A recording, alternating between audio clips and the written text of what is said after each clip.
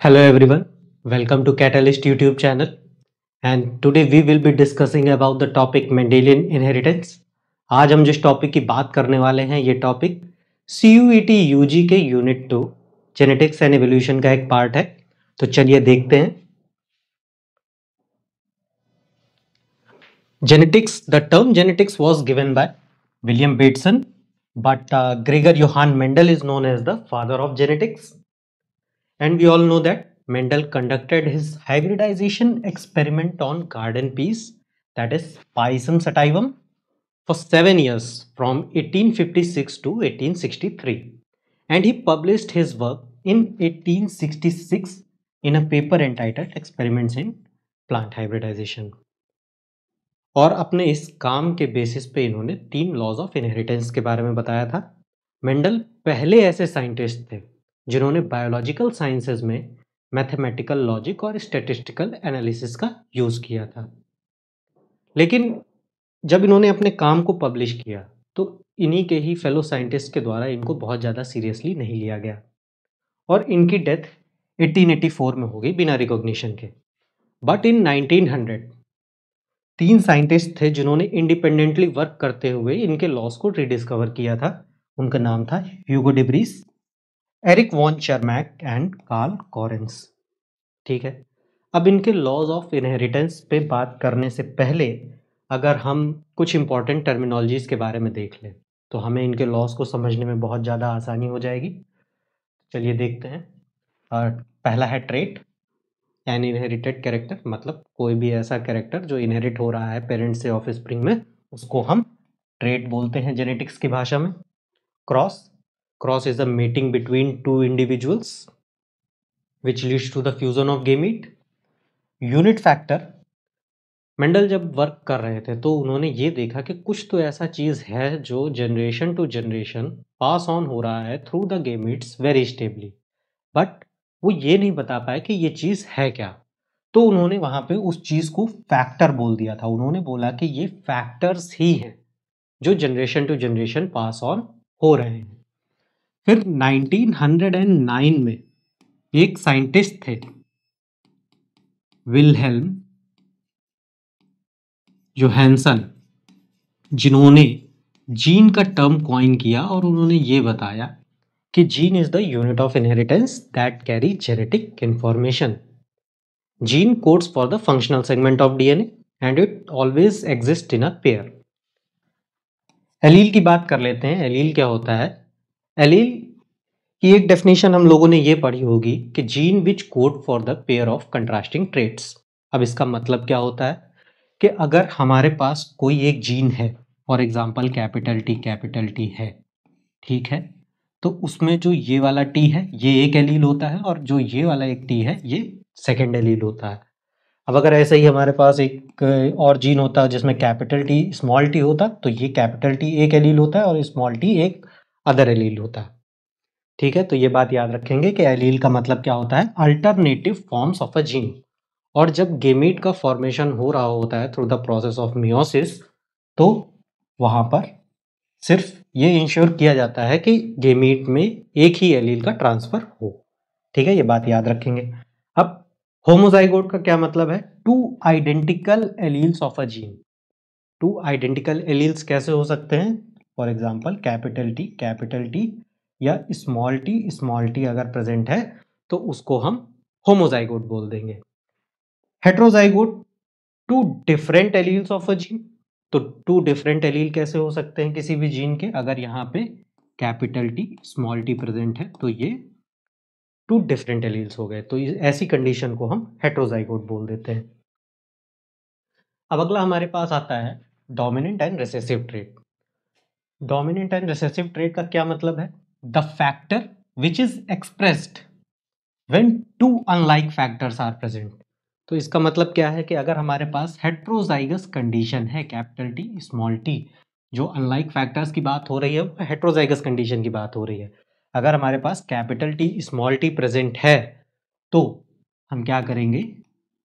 जो हमारा ये एक जीन है कैपिटल टी, अगर ये एक्सप्रेस हो रहा है और इसकी प्रेजेंस में स्मॉल टी एक्सप्रेस नहीं हो रहा है, तो जो कैपिटल टी है वो डोमिनेंट कैरेक्टर है।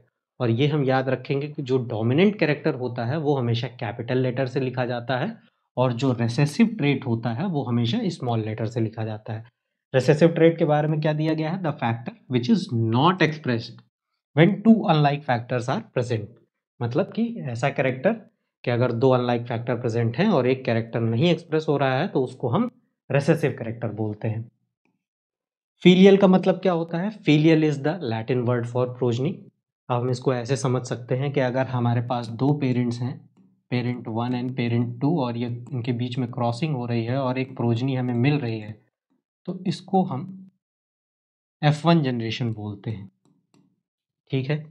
अब F1 का क्या मतलब होता है? F1 का मतलब ये होता है कि F stands for filial and 1 stands for first generation. ठीक है, ये बात याद रखेंगे। अब ऐसे ही अगर हमारे पास अगली जनरेशन आती है तो उसको F2 जनरेशन बोल देंगे, उससे अगली जनरेशन आती है F3 जनरेशन बोल देंगे। तो ऐसे ही इसको डिनोट करते हैं F1, F2, F3 and so on. ठीक है। अब बात आती है फिनोटाइप और जीनोटाइप की।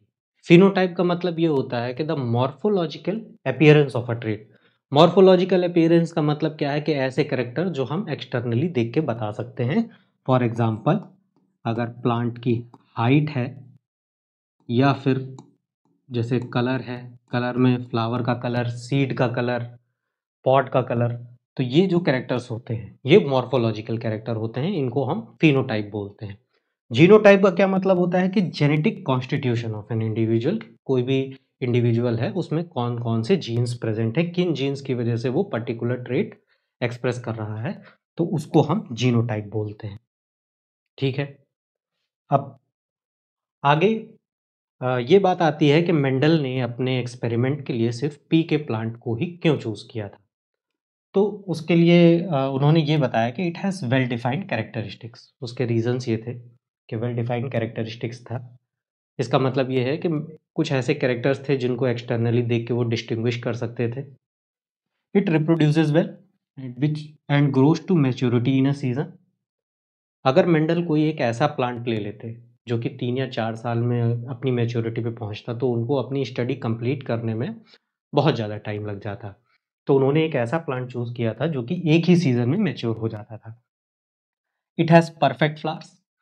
परफेक्ट फ्लावर्स का मतलब क्या होता है? कि बाइसेक्सुअल फ्लावर्स। बाइसेक्सुअल फ्लावर का मतलब ये है कि both male and female reproductive parts of the flower are present in same flower. ठीक।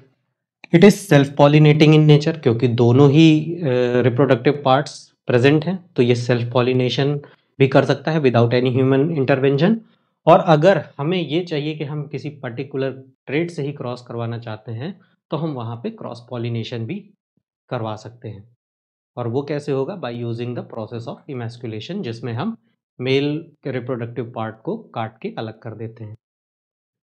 Number of chromosomes in Pisum sativum is 40, that is 2n। और मेंडल ने जो पी का प्लांट चूज किया था ये डिप्लॉयड इन नेचर था। Mendel बहुत लकी थे कि उन्होंने जो प्लांट चूज किया वो डिप्लॉयड था। अगर यही ट्रिप्लॉयड या पॉलीप्लॉयड होता तो उनको बहुत सारी कठिनाइयों का सामना करना पड़ता, और वो क्या होती उसके बारे में हम अगले वीडियो में बात करेंगे। ठीक है। अब ऐसे कौन से ट्रेड्स थे जिनके ऊपर मेंडल ने स्टडी किया था? तो मेंडल ने 7 पेयर्स ऑफ कंट्रास्टिंग ट्रेड्स लिए थे। ठीक है। अब वो 7 पेयर्स ऑफ कंट्रास्टिंग ट्रेड्स क्या थे? तो पहला था सीड शेप। इसमें एक डोमिनेंट था और एक रिसेसिव ट्रेड था।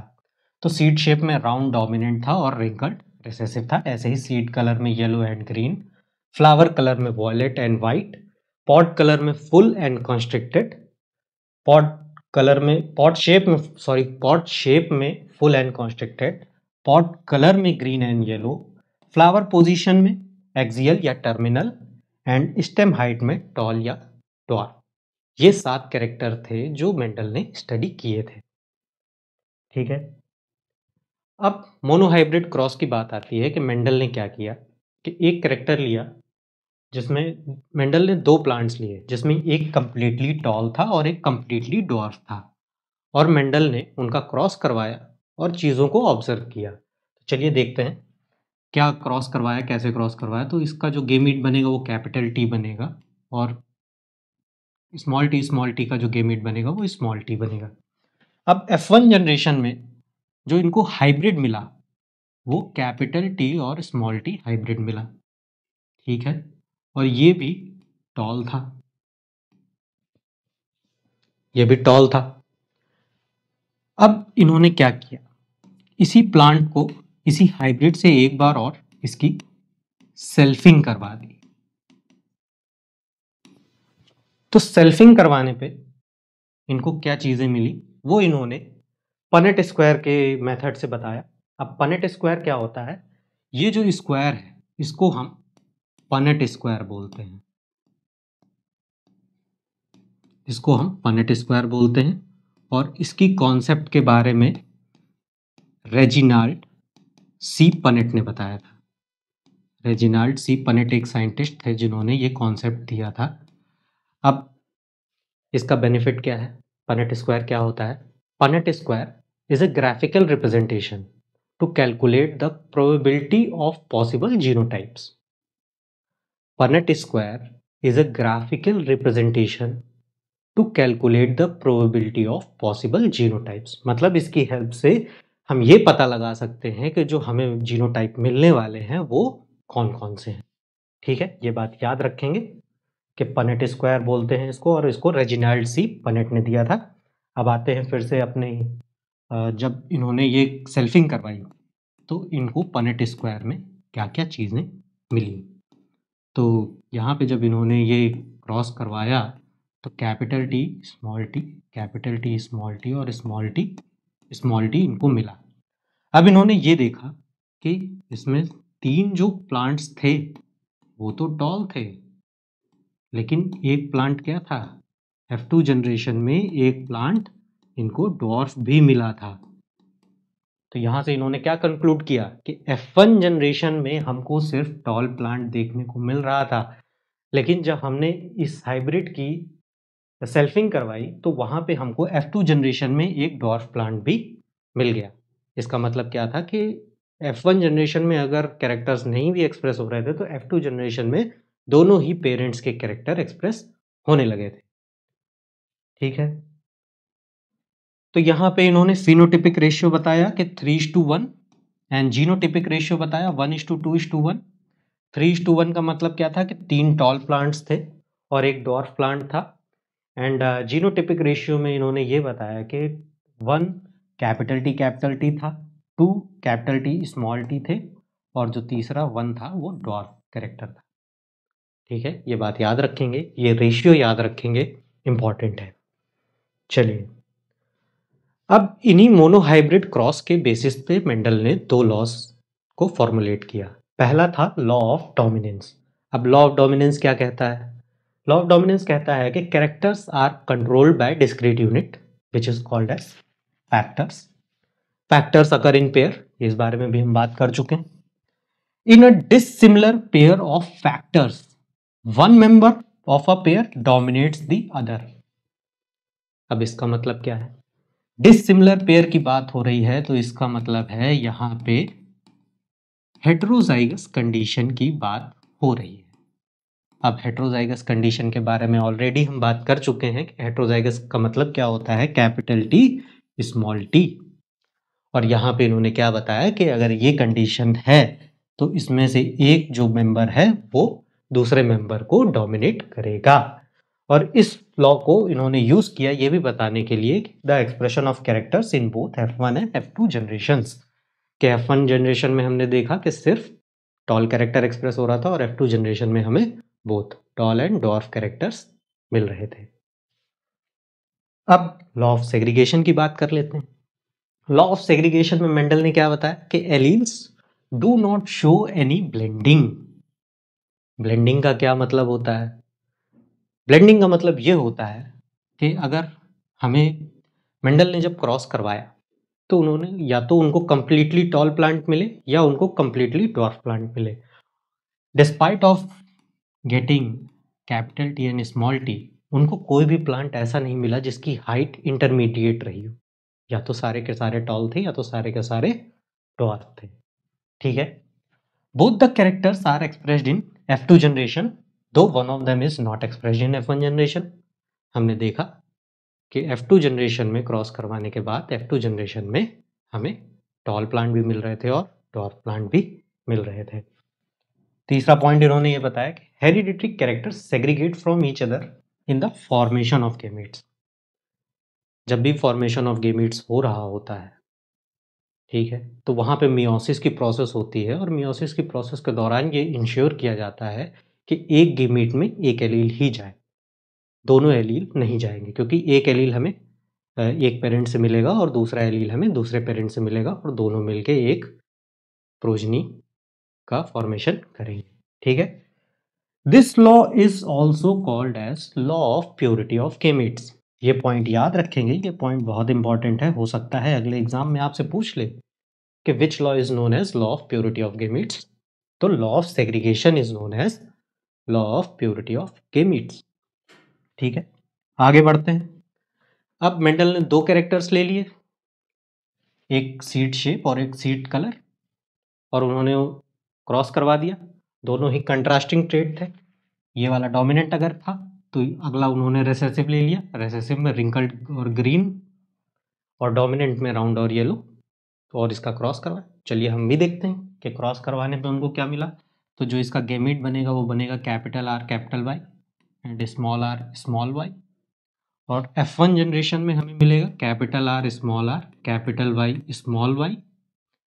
ठीक है, यहाँ तक बात क्लियर है। अब इसकी ही हम सेल्फिंग करवा देंगे बहुत आसानी से, capital R capital Y small Y, ये इसकी यहाँ पे सेल्फिंग हो गई। अब सेल्फिंग करवाने के बाद सबसे ज़्यादा दिक्कत क्या आती है कि ये नहीं समझ में आता है कि इसके आगे गेमीट्स कैसे बनेंगे। तो एक बहुत सिंपल सा टेक्निक है, अगर आप चाहें तो ये फॉलो कर सकते हैं कि हम क्या करें कि एक कैरेक्टर को पकड़ें, उसका डोमिनेंट और उसका फिर उसका रेसेसिव, और एक कैरेक्टर को पकड़ के अगले वाले कैरेक्टर के डोमिनेंट और रेसेसिव से क्रॉस करा दें, तो हमें गेमीट्स आराम से मिल जाएंगे। चलिए देखते हैं कि कैपिटल आर कैपिटल वाई और कैपिटल आर स्मॉल वाई। ऐसे ही हम रेसेसिव कैरेक्टर को पकड़ते हैं, स्मॉल आर कैपिटल वाई और स्मॉल आर स्मॉल वाई। ठीक है, अब ये जो गेमीट्स हैं ये सिर्फ एक पेरेंट के गेमीट हैं, सेकेंड वाले पेरेंट के भी गेमीट बनेंगे। तो क्या होगा, capital R capital Y small R capital Y and small R small Y. ठीक है, यहाँ तक क्लियर है। अब इसके बाद हमें ये पनेट स्क्वायर फिल करना है और क्रॉस करवाना है। तो बस हम पनेट स्क्वायर भरते समय एक चीज़ ये ध्यान रखेंगे कि डोमिनेंट कैरेक्टर जो है उसको हम हमेशा पहले लिखेंगे और जो रेसेसिव कैरेक्टर है उसको बाद में लिखेंगे। ठीक है, तो जल्दी से इसको भर लेते हैं। Capital Y capital R capital Y small Y. ठीक है, कोशिश करेंगे कि यहाँ पे इसको भरते समय ध्यान रखें कि कोई भी गड़बड़ ना हो, क्योंकि अगर कोई भी कैरेक्टर में चेंज हुआ तो हो सकता है कि जीनोटाइप हमें डिफरेंट मिलने लगे। ठीक है, तो capital R capital Y capital R capital Y small Y,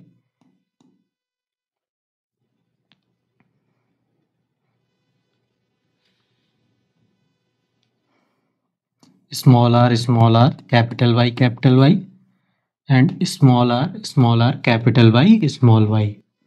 ठीक, अब यहाँ पे क्या आ जाएगा, capital R capital Y small Y, capital R small Y capital नहीं स्मॉल आर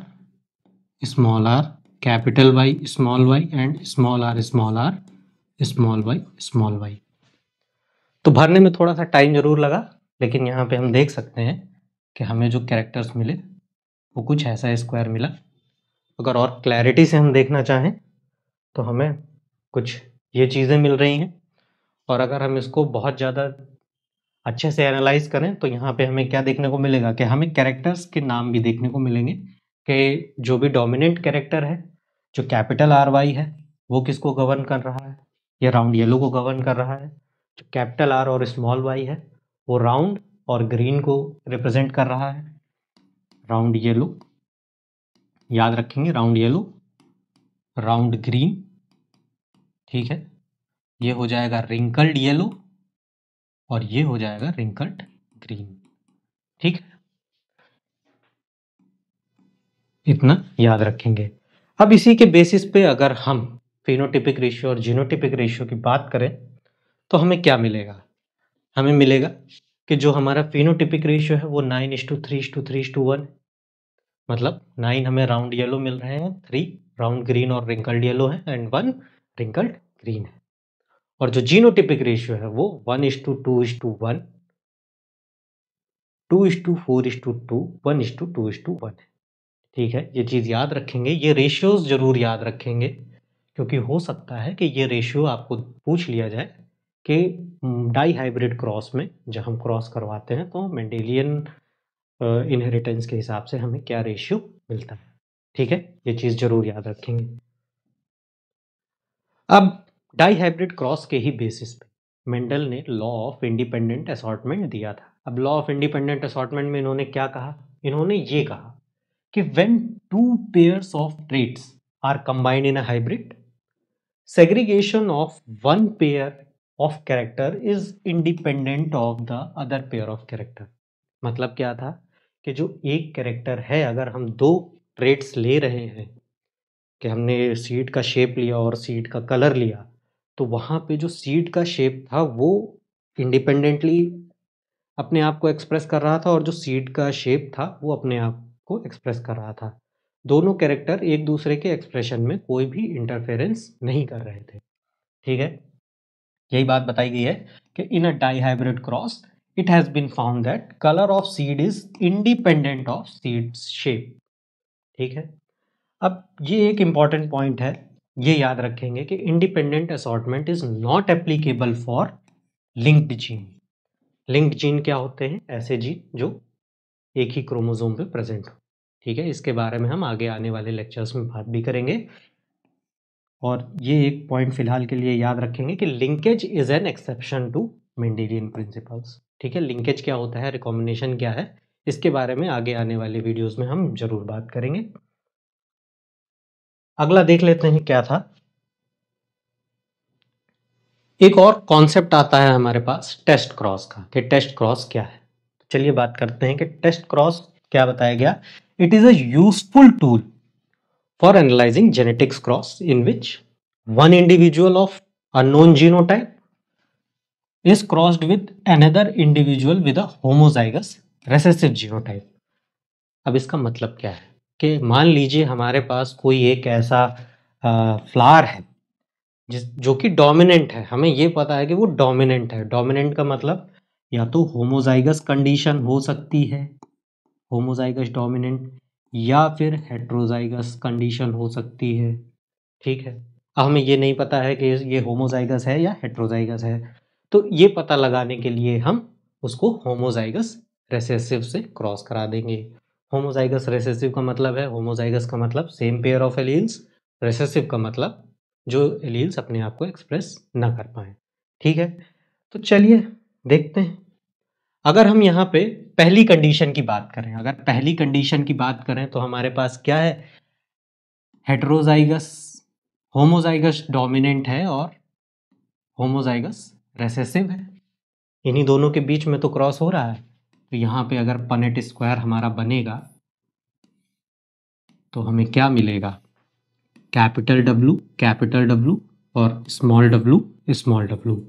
तो capital W small W, capital W small W, capital W small W and capital W small W, ठीक है। यहाँ तक बात समझ में आई। अब हमें यहाँ पे क्या देखने को मिल रहा है कि जितने भी ये ट्रेट हमें मिल रहे हैं ये सारे के सारे क्या हैं, डोमिनेंट है, ऑल आर डोमिनेंट, ठीक। और ये जो डोमिनेंट है ये वॉयलेट कलर को एक्सप्रेस कर रहा है, ठीक है। तो ऑल आर डोमिनेंट, या फिर हम क्या बोल सकते हैं, all are violet in colour. तो इसका मतलब क्या है कि यहाँ पे ये जो फिनोटाइप हमको मिला था ये होमोजाइगस है।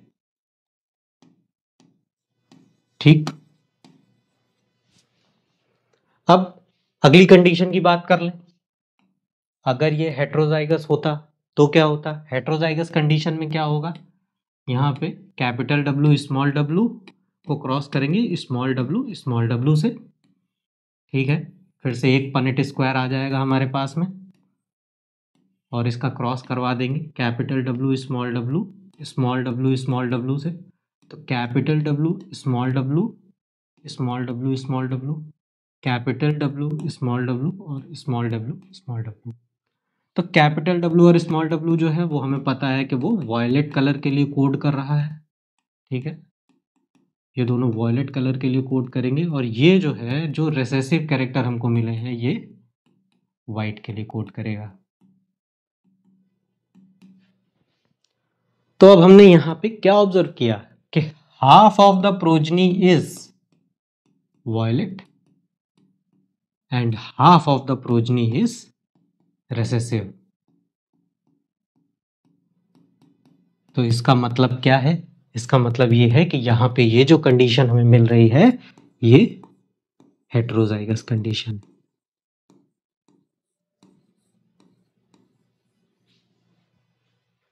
ठीक, चलिए, यही बात यहाँ पे बताई गई है कि अगर होमोजाइगस कंडीशन को क्रॉस करवाया तो हमें यहाँ पे वॉयलेट कलर ही मिलेगा और ऑल फ्लावर्स आर वॉयलेट, ये हमारा रिजल्ट था। तो इसका इंटरप्रिटेशन क्या होगा कि ये होमोजाइगस डोमिनेंट है।